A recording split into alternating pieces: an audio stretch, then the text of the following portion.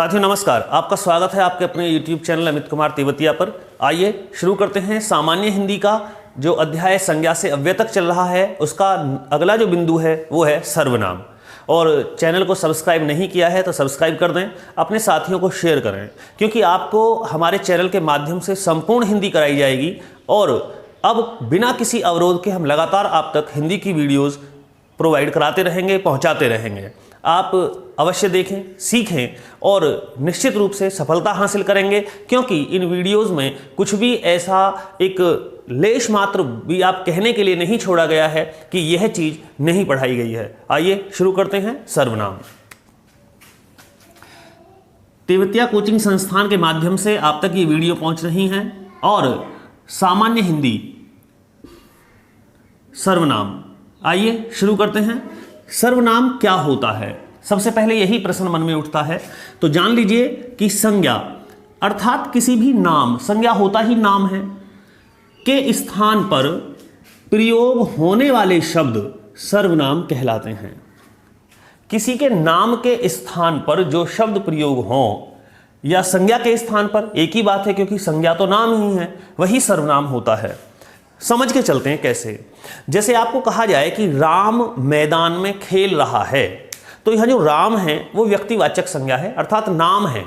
अब आप राम के स्थान पर कह सकते हैं कि वह मैदान में खेल रहा है, तो अब आपने यहां राम के स्थान पर लगाया वह, अर्थात वह सर्वनाम हुआ, क्योंकि यह संज्ञा के स्थान पर आ गया।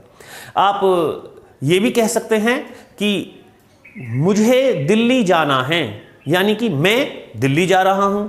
मैं कौन? अब मैं का कुछ ना कुछ तो नाम है, लेकिन नाम नहीं बताया गया। गोविंद दिल्ली जा रहा है, मैं दिल्ली जा रहा हूं, तो जो मैं है वो हमारे नाम के स्थान पर लगा है, अतः यह भी एक सर्वनाम है। बहुवचन में देख लेते हैं। अध्यापक पढ़ा रहे हैं। अब अध्यापक के स्थान पर, अध्यापक एक जातिवाचक जो है संज्ञा है, हम वहां लगा सकते हैं कि वे पढ़ा रहे हैं। तो जितने भी शब्द सर्वनाम कहलाएंगे जो संज्ञा के स्थान पर आएंगे, यही है सर्वनाम। संज्ञा के स्थान पर प्रयुक्त होने वाले जो शब्द हैं, प्रयोग होने वाले जो शब्द हैं, वही सर्वनाम कहलाते हैं। आइए, जैसे मैं, तुम, हम, वे आदि। ठीक है। अब यहां प्रश्न आता है, परीक्षा में आ चुका है ये सवाल, तो वेरी वेरी इंपॉर्टेंट में आप डाल लीजिएगा कि सर्वनाम के कितने भेद होते हैं। जी हां, पूछा जा सकता है कि सर्वनाम के कितने भेद होते हैं या सर्वनाम कितने प्रकार के होते हैं। तो इस प्रश्न का आप जवाब देंगे 6। जो प्रोनाउन है वो 6 प्रकार के होते हैं। नंबर 1 देखिएगा, पुरुषवाचक सर्वनाम। अब पुरुषवाचक सर्वनाम क्या है? वे सर्वनाम जो स्त्री या पुरुष के नाम के स्थान पर प्रयुक्त हों। केवल स्त्री या पुरुष के नाम पर प्रयुक्त होने वाले जो शब्द हैं वही आपके पुरुषवाचक सर्वनाम कहलाते हैं, जो पुरुष के स्थान पर आए। यहां पुरुष में पुरुष और स्त्री दोनों हैं, सम्मिलित हैं। अब जैसे ये भी 3 प्रकार के होते हैं, ये यहां से महत्वपूर्ण है, इसको आप नोट कर लीजिएगा। पूछा जा सकता है कि पुरुषवाचक सर्वनाम कितने प्रकार के होते हैं, तो पुरुषवाचक सर्वनाम 3 प्रकार के होते हैं। अब कौन कौन से? नंबर 1 उत्तम पुरुष। इंग्लिश में भी पढ़ा होगा, first person, second person, third person, तो ये वही है उत्तम पुरुष। उत्तम पुरुष में कौन आएगा? मैं, हम, मैंने, हमने, मेरा, हमारा, मुझे और मुझको। अगर हम इंग्लिश में आपने पढ़े होंगे कि आई, माई, मी, वी, अवर, अस, ये फर्स्ट पर्सन होता है। फर्स्ट पर्सन जो उत्तम पुरुष है वह है बोलने वाला, जो मध्यम पुरुष है वह है सुनने वाला, और थर्ड पर्सन है या अन्य पुरुष है जिसकी बात हो रही है। जैसे अभी यहां बोलने वाला हूं मैं बोल रहा हूं, आप सुन रहे हैं। अगर मैं कहूं कि राम तो हमारी बात नहीं सुनता, राम तो बहुत बेकार लड़का है, राम ने तो ये काम ही नहीं किया है, राम तो पढ़ता ही नहीं है, राम को इससे कोई लेना देना नहीं है। अब आप समझिएगा, यहां मैं बोल रहा हूं, मैं हूं उत्तम पुरुष, आप सुन रहे हैं, आप हैं मध्यम पुरुष, और बात किसकी चल रही है? राम की, अर्थात उसकी। वह तो सही नहीं है, तो वह है अन्य पुरुष। इसी प्रकार से बोलने वाला जो होता है उत्तम पुरुष, सुनने वाला होता है मध्यम पुरुष, और जिसकी बात चले किसी तीसरे की, अन्य की, वह अन्य पुरुष में आता है। अब यहां उत्तम पुरुष में मैं, हम, मैंने, हमने, मेरा, हमारा, मुझे या मुझको। इसी प्रकार से होता है नंबर इसका जो सेकंड है वो है मध्यम पुरुष। मध्यम पुरुष में इंग्लिश में तो केवल एक होता है, यू योर यू, बस यू योर यू, और नहीं होता। और यहां यू से इतने सारे शब्द हिंदी में हो गए, तू, तुम, तुमने, तुझे, तुम्हें, तुमको, तुमसे, आप और आपको। इन सब की जो इंग्लिश है वो केवल यू होती है, यू। तो मध्यम पुरुष होता है यू। अब यू से आप लगा लीजिएगा जो जो बनेंगे, तो यू योर यू या तू, तुम, तुमने, तुझे, तुम्हें, तुमको, तुमसे या आपको, ये मध्यम पुरुष के अंतर्गत आते हैं। थर्ड है अन्य पुरुष, जिसमें ही भी आता है, सी भी आता है, दे भी आता है, देयर भी आता है। इसमें वह, यह, वे, ये, परंतु ये पुरुष के स्थान पर हो। जैसे कि मान लीजिएगा कि बहुत सारे बच्चे हैं और वो बच्चे खेल रहे हैं। बच्चे क्या कर रहे हैं कि जी वे खेल रहे हैं, तो जो वे शब्द है वो बच्चों के स्थान पर आया, बच्चों पुरुषवाचक सर्वनाम में आएगा, इसीलिए वे बहुवचन को दर्शाता है। वह कि राम कहाँ है, कि वह दिल्ली गया है, तो वह राम के स्थान पर आया, अतः ये अन्य पुरुष के अंतर्गत आते हैं। इन, उन, इन्हें नहीं पता, वे नहीं जानते, उन्हें नहीं पता, उसको पेन दे दो, उसको, अब उसको कोई तो है, तो यह अन्य पुरुष के अंतर्गत आते हैं। तो यहां अब सवाल आप समझ लीजिए कि संज्ञा, जैसे पूछा जाएगा कि संज्ञा के स्थान पर प्रयुक्त होने वाले शब्दों को कहते हैं। प्रश्न का उत्तर हुआ सर्वनाम। क्वेश्चन नंबर 2 बना कि बताइए सर्वनाम के कितने भेद होते हैं। आपका आंसर हुआ 6।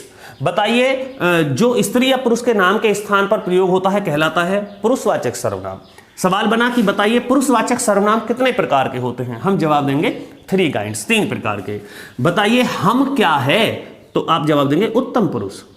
बताइएगा तुम्हें क्या है, मध्यम पुरुष।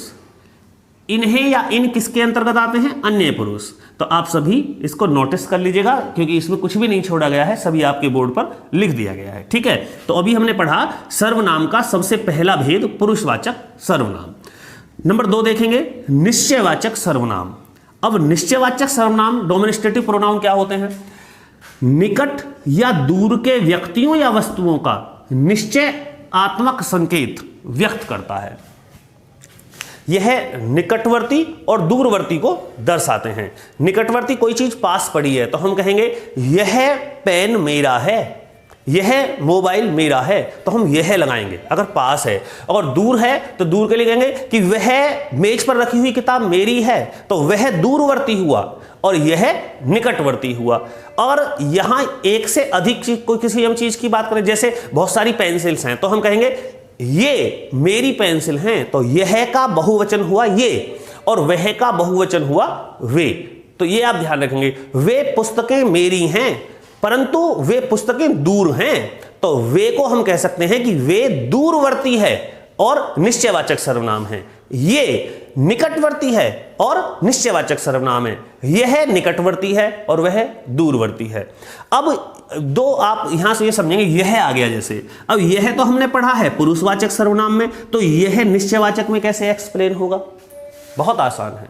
अगर यह किसी पुरुष के नाम पर है तो वह निश्चित रूप से पुरुषवाचक सर्वनाम है, और अगर यह संकेत के लिए है, केवल इशारा करता है यह कौन है, तो अब यह कौन है या यह मेरी पुस्तक है, तो आप किसी चीज की ओर संकेत कर रहे हैं। संकेतात्मक अगर यह और वह हैं तो फिर यह निश्चयवाचक सर्वनाम के अंतर्गत आते हैं। इनका प्रयोग केवल इशारे के लिए है, दूरवर्ती के लिए और निकटवर्ती के लिए। जैसे यह मेरी पुस्तक है, तो यह निकटवर्ती है या दूरवर्ती, यह निकटवर्ती है। वह उनकी गाय है, वह अर्थात दूर है, तो यह दूरवर्ती निश्चयवाचक सर्वनाम है। ये मेरे बाग हैं, तो ये मेरे बाग हैं अर्थात निकटवर्ती है, बहुवचन है और निश्चयवाचक है। वे खेत हमारे हैं अर्थात इशारा रहेगा कि जो वे हैं वह दूरवर्ती है और बहुवचन है, इसीलिए यहां वे आया। वे किसी पुरुष के लिए नहीं आया, ये किसी पुरुष के लिए नहीं आया, ना यह किसी पुरुष के लिए है, ना ही वह किसी पुरुष के लिए है। यह थोड़ा सा आपको समझना पड़ेगा कि यह वह अगर पुरुष के लिए हैं तो फिर तो पुरुषवाचक सर्वनाम का हिस्सा होंगे, और अगर केवल संकेत के लिए हैं, इशारे के लिए हैं, निकटवर्ती और दूरवर्ती को दर्शाने के लिए हैं, तो साथियों ये फिर आपके निश्चयवाचक सर्वनाम में पढ़े जाएंगे। नंबर 3 अनिश्चयवाचक सर्वनाम। साथियों जैसा शब्द में ही है, जो अनिश्चित है अर्थात इसमें किसी निश्चित वस्तु का बोध नहीं होता, किसी भी वस्तु का निश्चित बोध नहीं होगा। उदाहरण में आप आसान समझेंगे, जैसे कोई कुछ। अब कोई कुछ से आप समझें कि अगर दरवाज़ा किसी ने बजाया और बच्चे ने कहा कि मम्मी दरवाजे पर कोई है। अब कोई है तो यह अनिश्चित है, हम नहीं जानते दरवाजे पर कौन है। परंतु ये बात एक यहाँ हो जाती है, आपको समझना पड़ेगा कि दरवाजे पर कोई है तो इसका मतलब कोई मनुष्य है, कोई प्राणी है, कोई जीव है। तो जो कोई शब्द है, यह कोई शब्द प्राणी बोधक है। इससे प्राणी का पता लगता है कि दरवाजे पर कोई है। इसी प्रश्न को बदल के देखिएगा, यदि बच्चा कहता कि दरवाजे पर कुछ पड़ा है, तो अब कुछ सामान हो सकता है लेकिन कोई प्राणी नहीं है। दरवाजे पर कुछ पड़ा है, तो जो कुछ है यह वस्तु का बोध कराता है, अर्थात यह वस्तु बोधक है। पर ना तो हम ये जानते कि दरवाजे पर है कौन, क्योंकि कहा गया है कि दरवाजे पर कोई है, तो यह अनिश्चय है। दरवाजे पर कुछ पड़ा है तो हम ये भी नहीं जानते हैं कि दरवाजे पर क्या पड़ा हुआ है। कोई प्राणी बोधक है, अनिश्चयवाचक सर्वनाम है। कुछ वस्तु बोधक है परंतु है अनिश्चयवाचक सर्वनाम ही। अब आपको यहां देखना है कि अनिश्चयवाचक सर्वनाम में पता नहीं लगेगा कि क्या है, लेकिन इनका जो प्रयोग है वो कभी कभी शब्द समूह में भी होता है। जैसे कुछ ना कुछ बात जरूर है, कुछ ना कुछ है।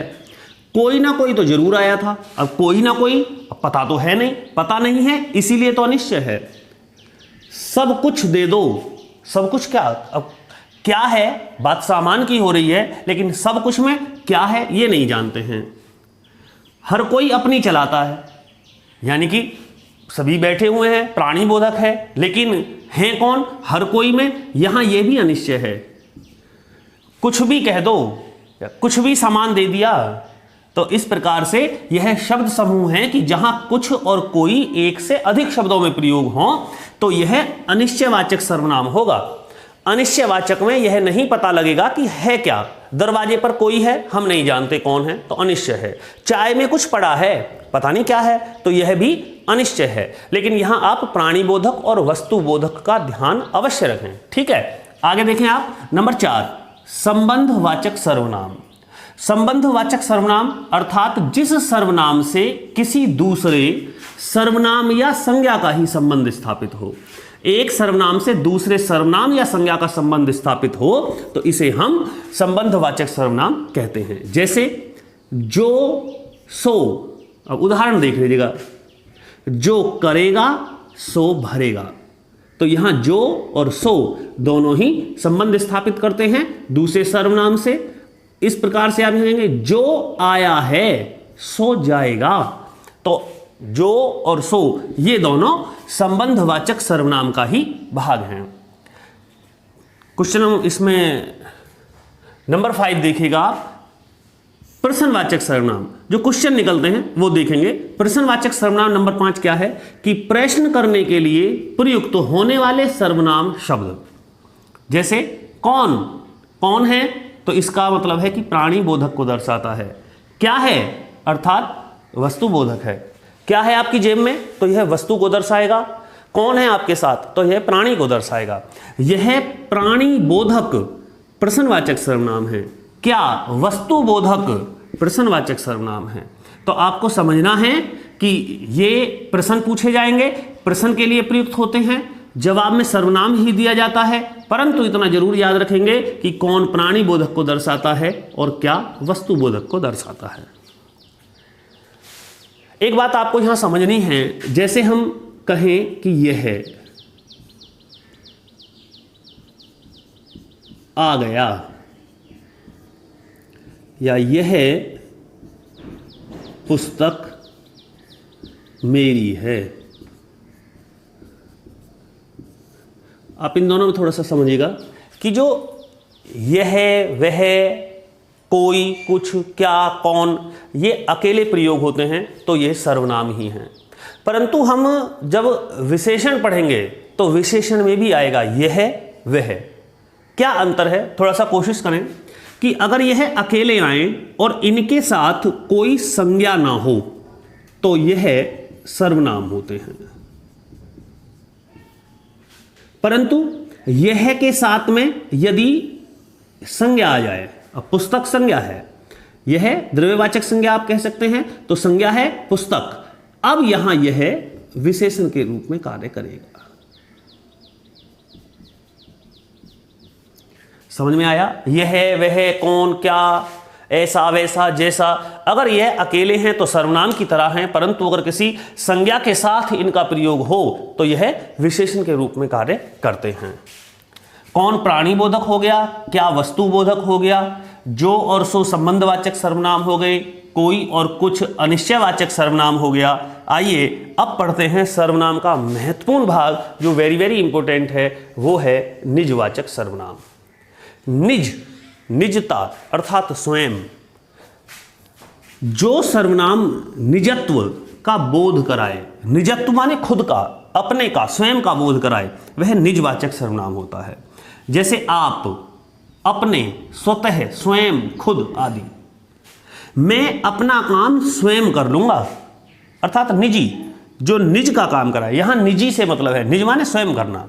मैं अपना काम स्वयं कर लूंगा, तो जो स्वयं लगा हुआ है यह निजवाचक सर्वनाम है। अच्छा, अब आप देखेंगे आप, क्या हम आपका प्रयोग किसके लिए करते हैं? दूसरे के लिए। आप कहां जा रहे हैं, आप क्या कर रहे हैं? क्या कभी आपका प्रयोग खुद के लिए भी होता है? वाक्य देखिएगा कोई बोल के, मैं आप चला जाऊंगा। अब यहां आपका जो प्रयोग है वो दूसरे के लिए नहीं है। अब यहां आप मध्यम पुरुष, पुरुषवाचक सर्वनाम नहीं है आप, क्योंकि हमने तो आप पढ़ा था नंबर 1 में कि पुरुषवाचक में आता है और मध्यम पुरुष है, नहीं। वहां आपका मतलब है यू, तुम। आप क्या कर रहे हैं, आप कहां जा रहे हैं, आप ये क्या कह रहे हैं, तो वहां है यू अर्थात आप। अगर आपका प्रयोग स्वयं के लिए करें, निजता के लिए करें, जैसे मैं अपने आप चला जाऊंगा, मैं आप कर लूंगा अपना कार्य, मैंने यह कार्य स्वयं किया है, मैं अपने आप जानता हूं क्या सही है क्या गलत है, तो यहां जो आप है वो निजता के एक अर्थ में है, अर्थात आप, अपने आप, स्वतः, स्वयं और खुद। यह निजवाचक सर्वनाम का ही एक उदाहरण है, आप याद रखेंगे। तो जो सर्वनाम है वो कितने हुए? 6 हुए। नंबर 1 पुरुषवाचक, नंबर 2 निश्चयवाचक, नंबर 3 अनिश्चयवाचक, नंबर 4 संबंधवाचक, नंबर 5 प्रश्नवाचक और नंबर 6 निजवाचक।